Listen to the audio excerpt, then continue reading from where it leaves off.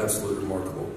I would also like to offer a sincere thank you to the embassy staff and to the Prosper Africa Secretariat who coordinated the many details involved in organizing the summit.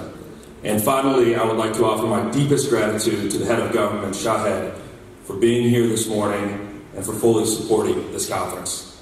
You have a beautiful country, sir, and we are all thankful to be here in Tunisia for the first ever Prosper Africa Business-to-Business Summit. As the Acting Undersecretary of Commerce for International Trade, I lead the International Trade Administration, an agency charged with creating prosperity by strengthening the international competitiveness of U.S. industry, promoting trade and investment, and ensuring fair trade and compliance with trade laws and agreements. ITA's global footprint consists of U.S. commercial service officers in more than 70 countries worldwide, with many here on continent, working with our 100 U.S.-based export assistance centers and our headquarters staff in Washington, D.C. Last year alone, ITA supported more than 30,000 U.S. companies access new opportunities in international markets and overcome a wide range of trade barriers. Given that context, I mean it when I say it. The Department of Commerce views Africa as a truly dynamic, transformative market experiencing strong economic growth.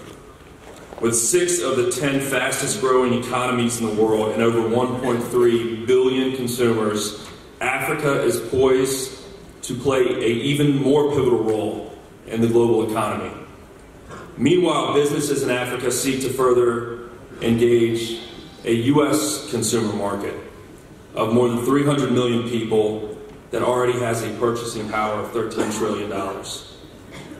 As U.S. exports into Africa have decreased from their high a few years ago, the U.S. Department of Commerce is actively working with you to better understand how to reverse this trend. To address these challenges head-on, the Trump administration has launched a series of trade and investment initiatives between the United States and Africa. Early in the Trump administration, the President signed the Better Utilization of Investments Leading to Development Act, or the BUILD Act, as we like to call it, which established the new U.S. International Development Finance Corporation, replacing OPEC, and doubling the cap for financing opportunities from $29 billion to $60 billion, while strengthening the focus on new markets like those in Africa. Recently, our Export-Import Bank was reauthorized by Congress for 7 years and has already gone to work to finance quite a few projects in Africa. Additionally, the United States Secretary of Commerce Wilbur Ross, Deputy Secretary Karen Dunn Kelly, and many other departmental leaders have spent a great deal of time in Africa over the past 3 years. In 2017, Secretary of Commerce Wilbur Ross had the honor of opening the U.S.-Africa Business Summit, delivering the Trump administration's first cabinet-level speech on U.S. trade in Africa. In 2018, Secretary Ross traveled to Africa with our President's Advisory Council on Doing Business in Africa, or PAC-DBIA, where the U.S. government signed memorandums of understanding, or MOUs, with 3 countries, Kenya, Ethiopia, and Ghana. These MOUs sought to strengthen commercial ties and eliminate trade barriers to investment. Since then, Commerce has signed 2 more MOUs with Côte d'Ivoire and Mozambique. This past summer, Deputy Secretary of Commerce Karen Dunn Kelly led a U.S. government delegation to Maputo, Mozambique, to participate in the Corporate Council of Africa's U.S.-Africa Business Summit and to announce the 2019 to 2021 term of PAC-DBIA.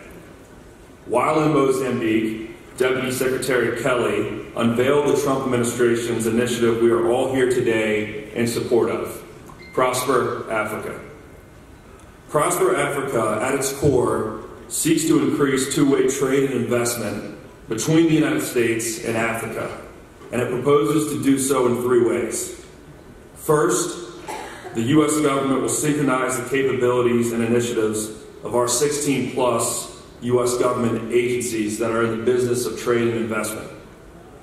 Because the fact of the matter is that you should not have to learn how to navigate Washington in order to do business with the United States. Second, Prosper Africa facilitates transactions on the continent by helping U.S. companies better identify commercial opportunities. A large part of that work will be done by ITAs, my organization's U.S. Export Assistance Centers in 100 locations in the U.S., and USAID's trade and investment hubs across the African continent. And third and finally, we will, as the USG, help build African capacity to encourage private sector-led economic growth. And we will work to remove trade barriers that inhibit U.S. companies from taking advantage of business opportunities in the African markets and often impede the growth of African companies as well. For years, companies have asked the U.S. government to make it easier to access its trade and investment support services. With Prosper Africa, we answer that call by providing a one-stop shop that makes the full range of those services available to the U.S. and African businesses and investors. And by bringing together these U.S. government resources, U.S. and African businesses will be connected with new buyers, suppliers, and investment opportunities to the benefit of both the United States and countries across the African continent. A stronger connection between U.S. and African private sectors will also expand markets for goods and services on both continents, advancing mutual prosperity and security, fueling economic growth and job creation, and demonstrating the superior value proposition of transparent markets and private enterprise for driving growth. In support of realizing the goal of Prosper Africa, the U.S. government is providing technical assistance to implement sound trade investment policies, facilitating compliance with international trade standards, supporting the modernization of customs and border management, establishing fair and reciprocal trade agreements, and encouraging the development of the African Continental Free Trade Area to reduce the cost of trade and to boost the competitiveness of U.S. and African firms in global markets. Moreover, we recognize that fostering a business climate conducive to trade and investment also requires ensuring the security of key regions, supply chains, transport lanes, and logistical hubs. As we commence on today's program, I look forward to engaging with our African partners to identify how we can expand commercial opportunities to the benefit of all countries. And it is fitting that we are here in Tunisia, a country with incredible opportunity, for our first Prosper Africa business-to-business conference, a region, like our host said, that was part of a continent that the Romans first referred to as Africa.